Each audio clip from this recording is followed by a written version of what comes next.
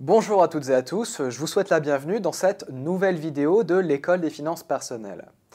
Thomas J. Stanley et William D. Danko ont consacré plusieurs années de leur vie à la recherche d'éléments d'information et de statistiques officielles pour rédiger leur livre The Millionaire Next Door. L'un des éléments clés de ce livre, qui représente à ce jour l'étude socio-psychologique la plus aboutie que l'on puisse trouver sur la population des millionnaires américains, c'est que le millionnaire américain n'a reçu ni héritage ni aide particulière pour construire son patrimoine. Autrement dit, le millionnaire américain s'est fait tout seul et uniquement sur la durée d'une vie. Beaucoup de gens rêvent d'être millionnaires. Certains d'entre eux jouent à l'euro-million et s'en remettent ainsi au hasard et à la chance, alors que d'autres finalement achètent les produits financiers à la mode dont les rendements alléchants leur promettent des lendemains qui chantent. Le problème, c'est que les uns ont finalement une chance sur 76 millions de gagner à l'euro-million et que les autres, en tant que consommateurs de produits financiers, restent malheureusement pour eux confinés au plus bas niveau de l'échelle des investisseurs. Insuffisant donc pour espérer tirer son épingle du jeu et se mettre sur la voie de l'indépendance financière. Le problème est d'autant plus grave à l'heure actuelle, alors que l'on sait désormais que les caisses de retraite seront en faillite à l'horizon 2017. Ce n'est donc plus qu'une question de rêve d'indépendance financière, mais bel et bien une question de survie à laquelle chacun doit être préparé. Ainsi, une étude publiée par l'INSEE en 2007 montre que le revenu disponible des 10% des ménages les plus modestes se partage également entre les revenus d'activité et les prestations sociales.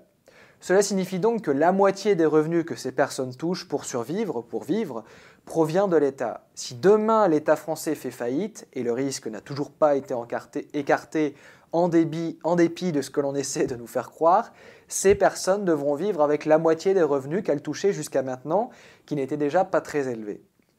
Pour atteindre l'indépendance financière, pour la gagner, vous ne pouvez laisser les événements extérieurs décider pour vous.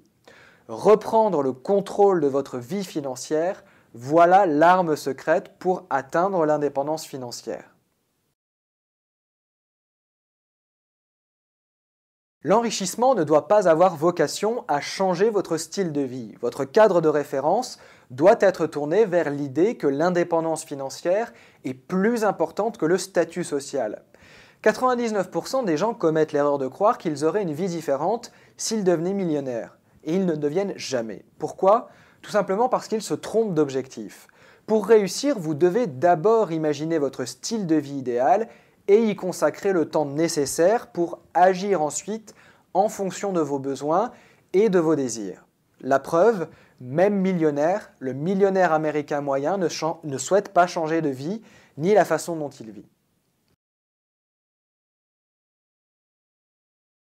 Pour atteindre l'indépendance financière, vous devez mettre en place un plan financier de long terme qui vous aidera à atteindre les objectifs que vous vous serez fixés au préalable. L'indépendance financière se court finalement comme un marathon davantage que comme un 100 mètres. Dans un premier temps, vous devez préparer vos états financiers. Les chiffres parlent d'eux-mêmes et vos états financiers racontent en quelque sorte votre histoire personnelle. Pour cela, vous pouvez par exemple utiliser le simulateur de budget idéal mis à votre disposition par l'École des finances personnelles sur son site internet. Grâce à ce dernier, vous obtenez une vision claire et précise de l'état de vos finances personnelles. Une fois que vous savez où vous vous situez, il sera temps de fixer vos objectifs en fonction de votre situation personnelle et du seuil de revenu mensuel à partir duquel vous estimez avoir atteint votre propre indépendance financière. Pour cela, vous pouvez également utiliser le simulateur d'indépendance financière, mis à votre disposition par l'EFP, qui vous donnera une idée claire et précise du chemin qu'il vous reste à parcourir pour atteindre l'indépendance financière. Il ne faut pas s'y tromper. Les résultats de l'étude publiée par Thomas Stanley et William Danko montrent très clairement que les millionnaires consacrent 2 fois plus de temps à la gestion de leurs finances personnelles et à la planification de leurs investissements que le reste de la population. Lorsque vous aurez déterminé le seuil de votre indépendance financière, vous pourrez commencer à diversifier vos revenus en privilégiant les revenus du capital. Selon l'étude sur les revenus des ménages publiée en 2007 par l'INSEE, les revenus du patrimoine représentent 5% du revenu disponible jusqu'au 5e décile de niveau de vie, plus de 11% jusqu'au 9e, mais plus de 25% au-delà. Ainsi, le groupe des ménages les plus aisés se distingue nettement des autres ménages, notamment par le poids des revenus du patrimoine. En matière d'indépendance financière, il n'y a donc pas de place pour le hasard, et plus tôt vous vous y mettez, plus vous avez de chances de l'atteindre rapidement. Encore faut-il avoir un plan et s'y tenir. Vous savez ce qu'il vous reste à faire, au boulot.